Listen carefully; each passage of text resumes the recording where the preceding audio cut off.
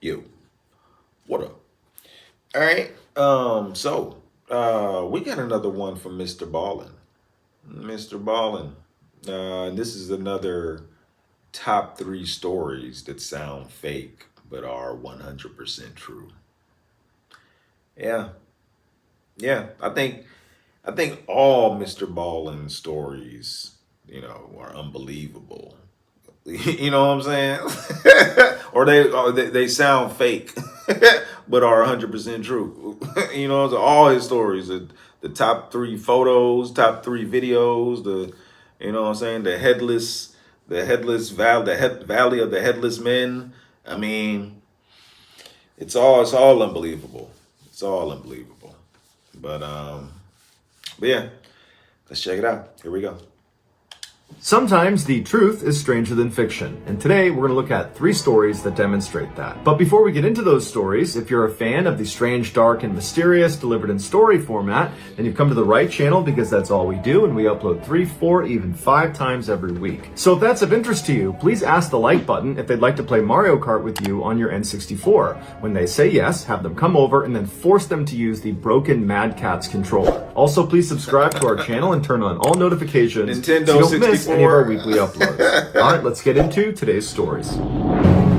Classic console, Nintendo 64. All right, here we go. Rest stop.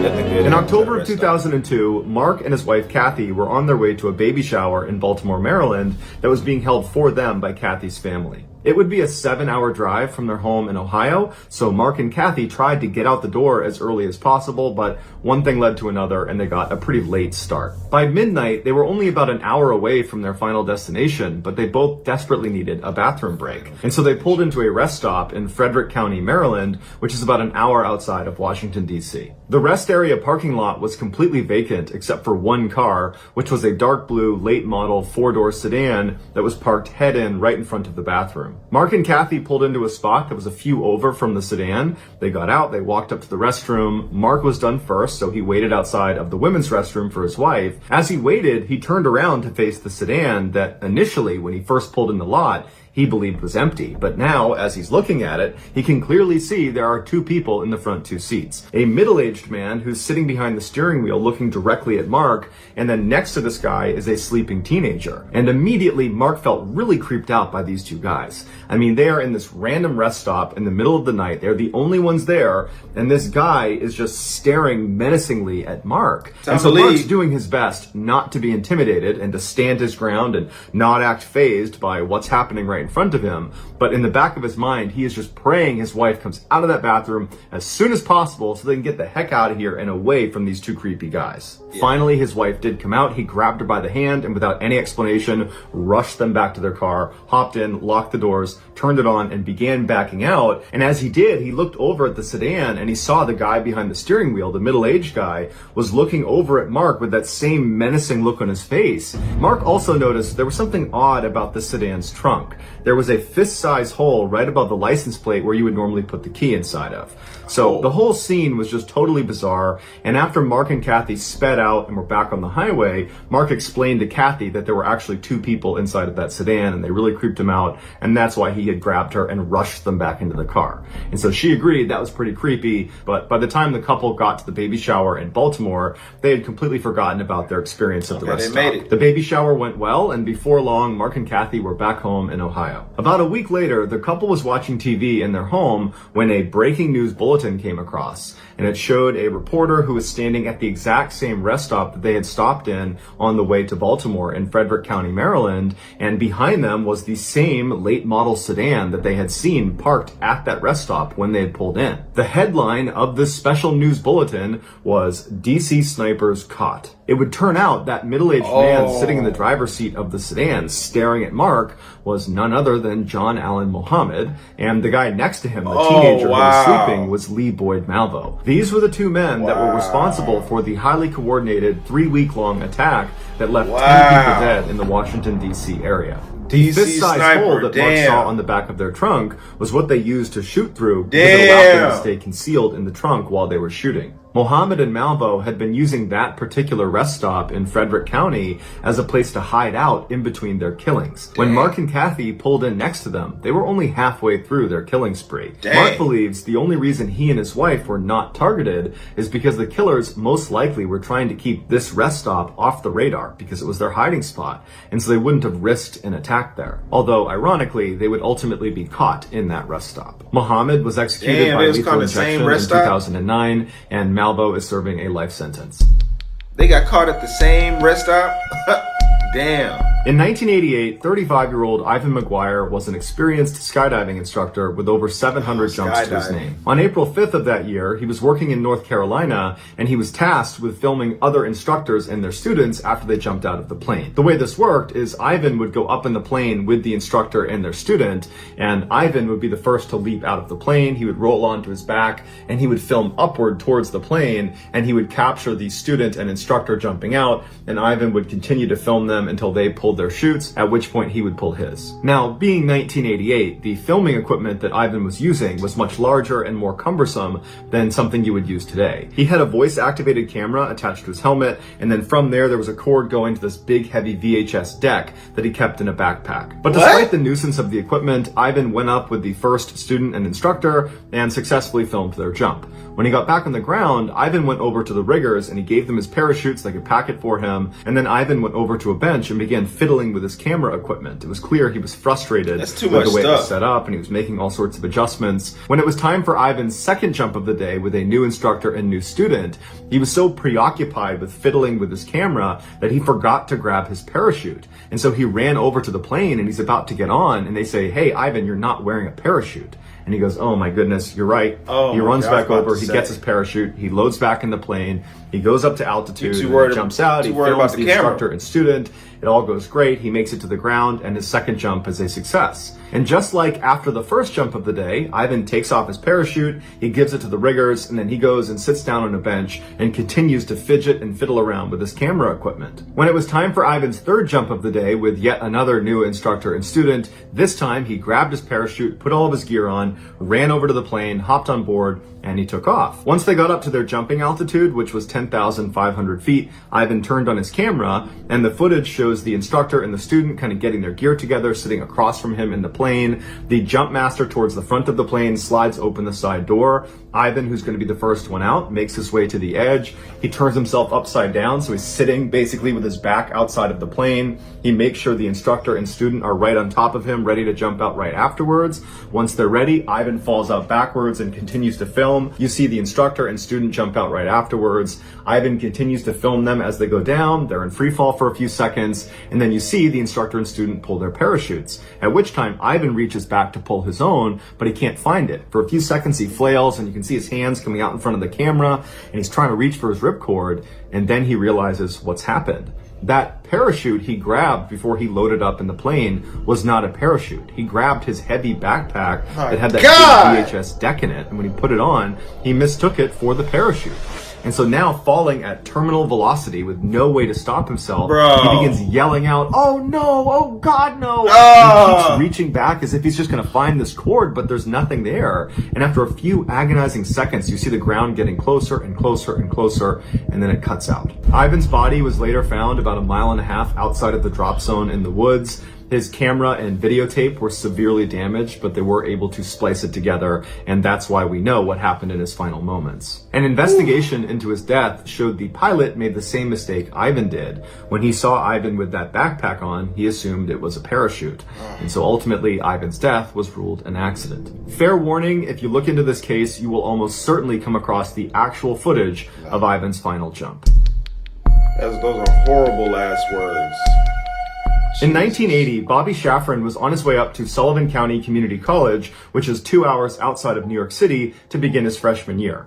Even though he was from the area, he didn't know anybody that was going to this particular school, and so he was pretty nervous about it. Plus, he wasn't that popular in high school, and he had a hard time making friends. When he pulled into a parking spot at the school, he saw a sea of people getting out of their parents' cars and carrying boxes up to their dorm rooms. And so he took a deep breath, hopped out of his car, grabbed his backpack, and began walking across the lawn towards the dorm building. On his walk over, Bobby was surprised when he felt like all these random strangers on the lawn were looking at him like they knew him. And a couple people yelled out to him and said, "Hey, it's good to have you back here." And one girl actually ran up to him and kissed him on the cheek and said, "Oh my gosh, I'm so happy you're back." And Bobby said, "I think you got the wrong person. I don't know you." And she laughed and she just ran away. And so Bobby's totally bewildered by this because he doesn't know anybody, but everybody seems to know him. And so he walks up the steps and he goes inside the dorm building. And as he's walking down the hall, people are high-fiving him and patting him on the back. And then right as he's about to turn the corner towards his actual dorm room, someone down the hall behind him yells out, "Hey, Eddie, what's going on, man?"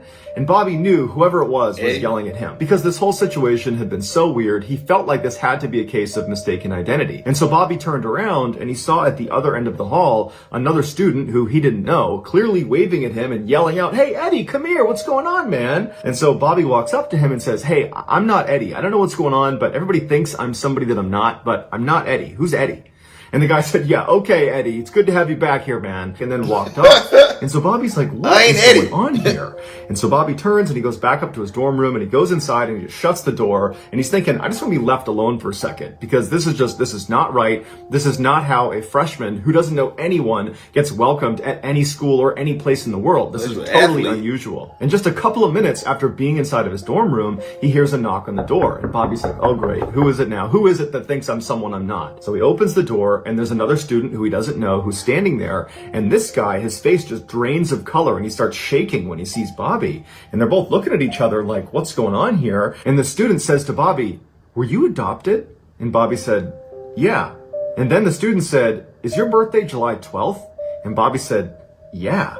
And so the student goes, "Okay, my name is Michael and I am best friends with a guy named Eddie Galland and you are his clone. You have got to be his identical twin." At this point, to Bobby, this almost made sense, but it was so crazy to imagine having some identical twin he didn't know about. And so Bobby asked Michael if he could go meet Eddie because he's got to be a student here. And Michael said, "Well, actually, Eddie decided not to come back to school this year, which is probably why everyone you talked to was so excited to see you because they love Eddie and they thought you were him. And so they're psyched to have you back." After talking for a couple of minutes, Michael tells Bobby that they have to go call Eddie and they have to set up a meeting so that Bobby can meet Eddie and vice versa. And so Michael and Bobby run outside to a payphone booth. They hop inside, they're crammed in there, and they dial up Eddie. And as soon as Eddie answers, Bobby grabs the phone and just says, "Hey, Eddie, my name's Bobby, and everybody thinks I'm you."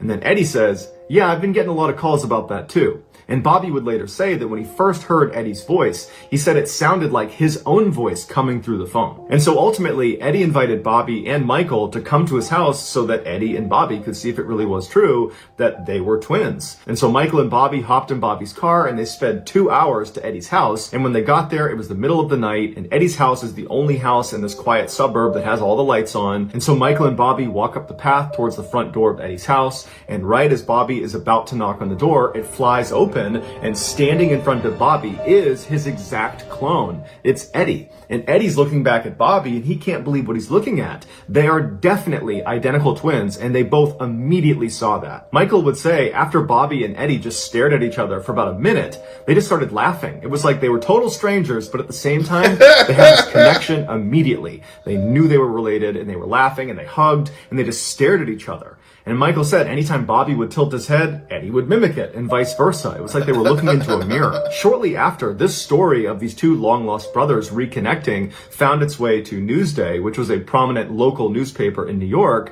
and they decided they would look into it to see if it was really true or not. And so one of the editors had a junior reporter fly out and actually see Bobby and Eddie face to face and see if it was really true that they were in fact identical twins. And as soon as this reporter saw them, they knew immediately that, yep, they're related. And so Newsday printed this totally heartwarming fairy tale story about these two long-lost brothers reconnected after all these years just because of a chance encounter in college. And everybody loved it. But this is where the story went from amazing to truly unbelievable. Friends of another young man living in the New York area named David Kellman began telling David that he had to check out this Newsday article about these long-lost twins because these two twins look exactly like David. Specifically, they said you gotta look look at these guys' hands. They're Triplets? just like yours, David. David was known for having these Hands? enormous hands, and a lot of the pictures of Bobby and Eddie in the news showed their hands, and they too were enormous. And so David finally picked up a newspaper and looked at a picture of Bobby and Eddie, and sure enough, he was shocked. They looked exactly like him. And then when he read the article, it showed their birthday was July 12th, the same as his,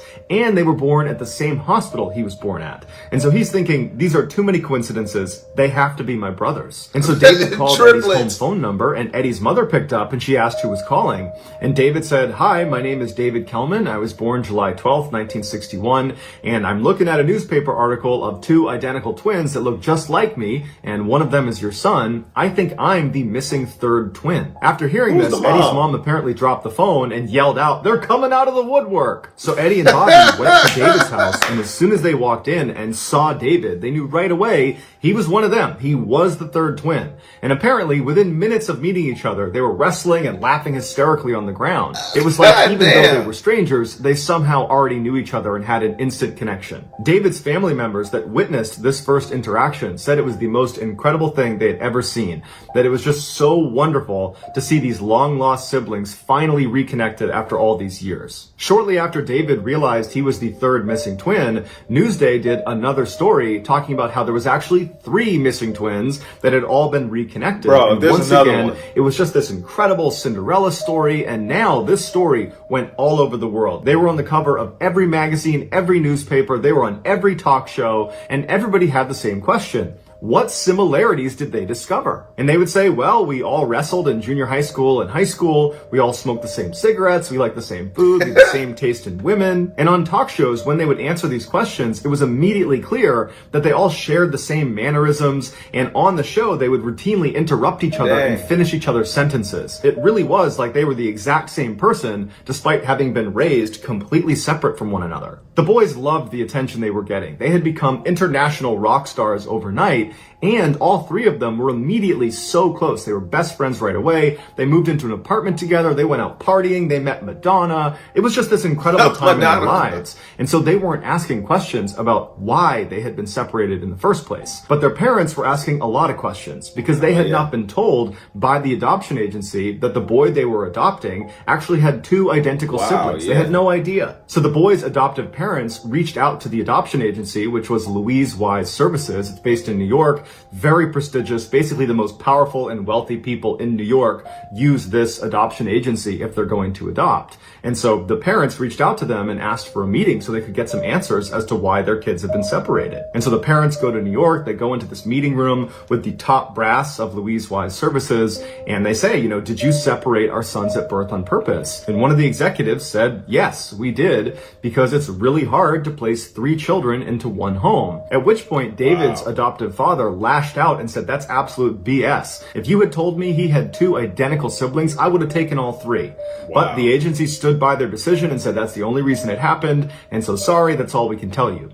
And so the parents were very frustrated and felt like there was much more to the story, and in fact, they felt like the agency was actually lying to them about why they had separated their sons in the first place. But they couldn't get any more information, so they left the agency. And right when they got outside, Bobby's father realized he had left his umbrella inside of the meeting room. And so he turned around, went back inside, walked down the hall quietly so he didn't want to disturb anyone, and he opened the door to the meeting room and he reached in to get his umbrella, and he looked inside and he saw the people he had just met with from Louise Wise Services had just opened a bottle of champagne, and they were laughing and smiling, and they were clearly toasting each other on a job well done. And even though Bobby's father did not go in there and confront them about what they were celebrating, he got the sense that they were celebrating having dodged a bullet, that they clearly had just lied to the families of these 3 triplets and they'd gotten away with it. And so between the parents' general sense that the agency was clearly hiding something, and then Bobby discovering this champagne toast as soon as they left, the parents decided they needed to get in touch with some lawyers to help them get to the bottom of why their sons had been separated.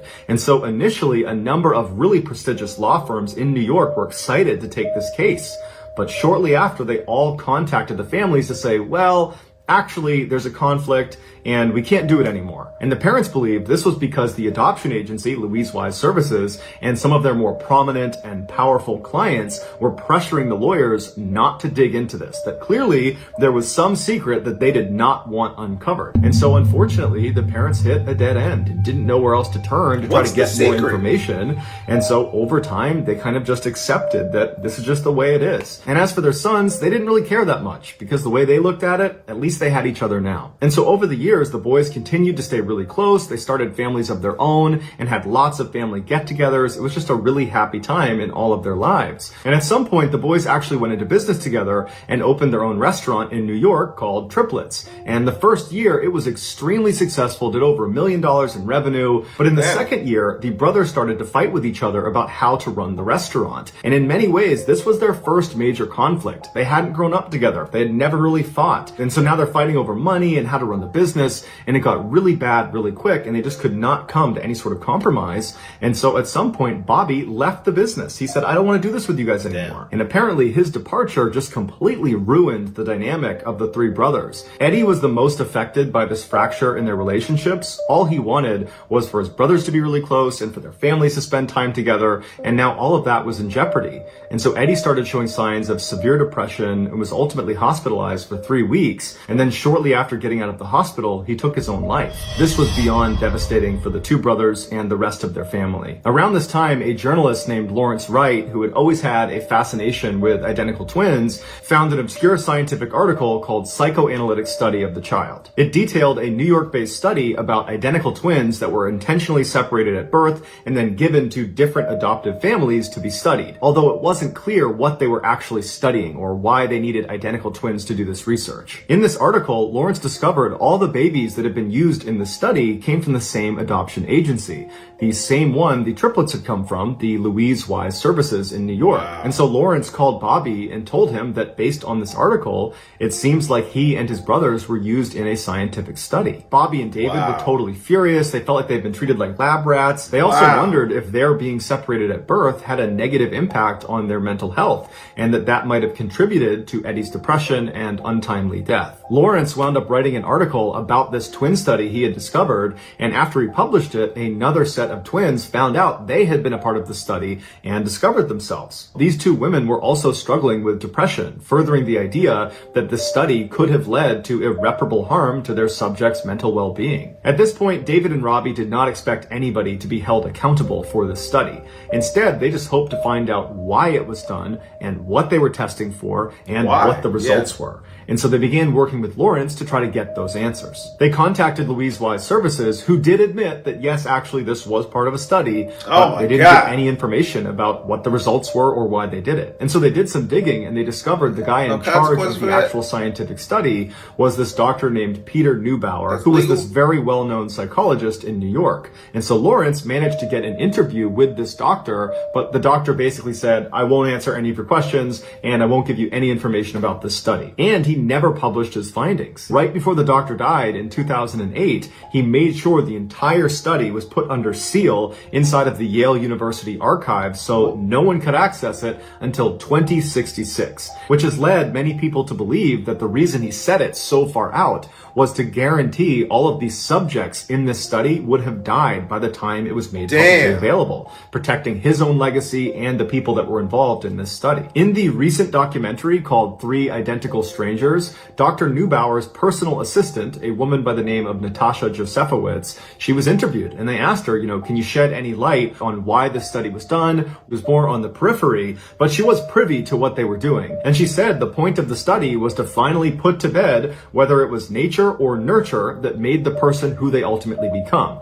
Basically, are your surroundings the thing that ultimately makes you who you become? Or is it just your genetic makeup that you're predestined to become a particular person independent of how you were raised? And she said the results were incredible, that basically it has nothing to do with nurture. It's all all about your genetic makeup, that we unconsciously trend towards specific behaviors and decisions, but we believe it's free will. We believe we're choosing to do certain things, but in reality, it's basically predetermined. And specifically, in the triplets case, Bobby was intentionally placed into a more affluent household where his father was a doctor and his mother was a lawyer. And so they were very well educated, and that was his upbringing. Eddie was placed into a more middle-class family, with his father being a teacher and his mom being a stay-at-home mother. And David was put into a low-income household where they were all immigrants, English was a second language, and they just had this very small shop that they owned. And Natasha said this study demonstrated that despite these boys being put into different socioeconomic levels, it had almost no impact on who they ultimately became. She said she doesn't know why the study wasn't published, but she hopes someday it will be. Also, in this documentary, a doctor named Lawrence Perlman, who was actually one of the researchers in the study that would actually make house visits to each of the boys' houses as they were growing up under the false pretext that they were there as part of routine follow-up for the adoption agency. And he went on record and said that the study was not just about the effects of socioeconomic class, it was really about the effects of different styles of parenting. He said in the triplets case, each of the boys have been placed into their respective households after that household had already adopted another child. And that first child they adopted effectively became the guinea pig for this study, where scientists would come in and they would study this child under the false pretext that they were there just following up for the adoption agency, but really they were creating a baseline of how do these parents parent. And then once that baseline was established, then the triplets were sent into their respective homes, with the researchers knowing full well how they were each going to be brought up, with the adoptive father being the X factor. Bobby's father, who was a doctor, was rarely around, but he was devoted and loving to his son. David's father, who was the shop owner, was around all the time and adored his son and loved him unconditionally. Eddie's father was a teacher who was around a fair amount, but when he was very strict and rough with Eddie and quick to discipline him and rarely showed any affection for him. And while Dr. Perlman does not come out and say that Eddie's relationship with his father probably had an effect on him becoming depressed and ultimately taking his life, there are many other people close to this case that believe that's exactly what it was. That David and Bobby had a stable, healthy upbringing and Eddie did not. And so when he was faced with the crisis of the brothers separating, Eddie couldn't handle it. These same people refute what Natasha said about the findings of the study that we're all genetically predisposed to become a particular person. They say if that was the case, then why haven't David and Bobby taken their lives? But ultimately, because the study was never published, we won't know for sure why it was done, what they studied, and what the conclusions were. All we have is speculation and second and third hand information. But what we do know for sure is these surviving triplets and their families are furious that this study was done. They feel like it ruined their lives. Following the release of the documentary, Three Identical Strangers, Bobby and David were actually granted early access to the study that was sealed inside of Yale University. And when they looked at it, they were expecting to be blown away with the results, but it turned out it was over 10,000 pages of very technical information, and much of it was heavily redacted, so they couldn't even read most of it. They were not able to deduce what the purpose of the study was in the first place, or what it accomplished. It was just all very ambiguous. This study was ultimately shut down permanently in 1980, the same year the triplets discovered themselves. As for the adoption agency, Louise Wise Services, and all the scientists and researchers involved in the study, none of them were held accountable for their role in this totally unethical study. And so basically everything was swept under the rug. And so Bobby, David, and all of the family members of the triplets were just left with a whole bunch of questions and not a lot of answers. So that's going to do it, guys. If you found the secret in today's episode, let us know in the comments what it is and where you found it. So give us the timestamp. Wow. Man, that's legal? You can just separate. I mean, what the heck? You can experiment with kids. That's legal. You can do that. Adoption agencies can do that. I guess adoption agencies can do whatever they want with the kids. What the heck? Oh my goodness. I mean, you would think that, like, I know the government does, like, experiments and psychological experiments and stuff like that. But adoption agencies? Why are adoption agencies doing these experiments? I don't understand why. That doesn't make sense. They should be held accountable. There's a lot of wrongdoing there. At least that's what it seemed like to me. I mean, damn. You purposely broke up triplets for an experiment. You know, you had a household, you had a doctor. Uh, First of all, they said that they already, you know, those families would have already adopted somebody before one of the triplets would have went into the household. So the families were willing to adopt multiple people. You could have just put all those triplets in one house in the doctor's household. He would have been able to take care of all of them. Or put them in a household with the loving father. He would have been able to take care of all of them. It's just cruel. It's cruel. Man, dang. There's probably some other reasons why it's probably a whole bunch of stuff. They said most of it was redacted. Why is shit being redacted? Why is Yale allowed to redact shit? We need to see what's in there. Man, that's crazy. That is crazy. Scary. You know what I'm saying? You live your whole life not knowing there's somebody out there just like you. Just like you. And was it nature versus your environment, or versus what was it? Was it nature versus environment? They all seemed like they was the same. They seemed like the same nigga. They said it. They was finishing each other's sentences. I guess it didn't matter where they grew up. They was the same. You gonna be who you are. It's in your genes. You know what I'm saying? Now, the one triplet that took his own life, you know, that may have been, you know, because of, you know, the household he grew up with the strict father. Who knows? But yeah, that's crazy. Then the second story. Oh my goodness. Oh my goodness. How do you forget your parachute? You forgot your parachute. Oh my goodness. And then MrBallen said his last words. And his last words were captured because you got a big ass camera on you. You remember the big ass camera and all the camera equipment in the bag. Yeah, and he recorded his last words. Well, he said, "Oh no, why," or something like that. I don't know. But I mean, damn, dude, come on, man. Come on, man. You forgot. You forget. It's not the pilot fault. I know Mr. Ballin said the pilot made the same mistake that old dude. No, the pilot didn't make the same mistake old dude made. Like, I understand what you're saying. Like, the pilot thought he had a parachute on. Well, shit, he's the pilot. The pilot got other shit to worry about. The pilot's flying the plane.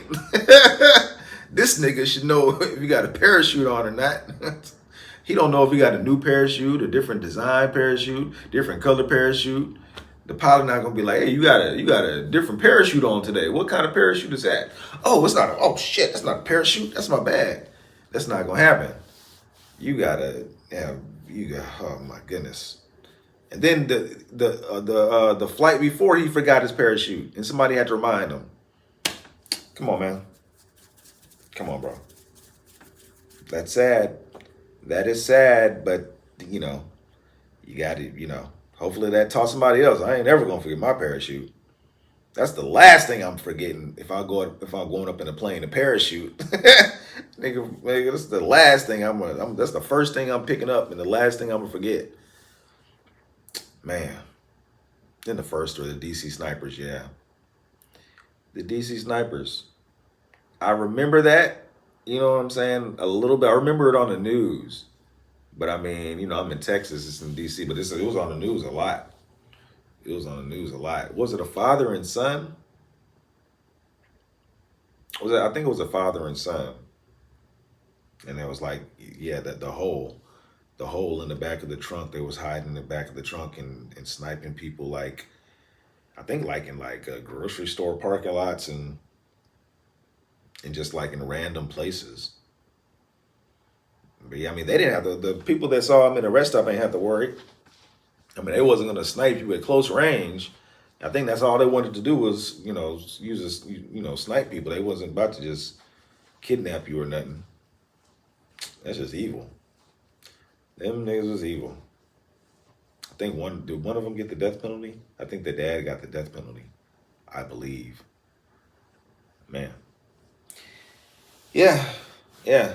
The last story, the triplets, was very unbelievable. I thought it was going to end, at they all, just, it would have been an unbelievable story if the triplets, found each other again. But then you had all the other stuff. So, yeah.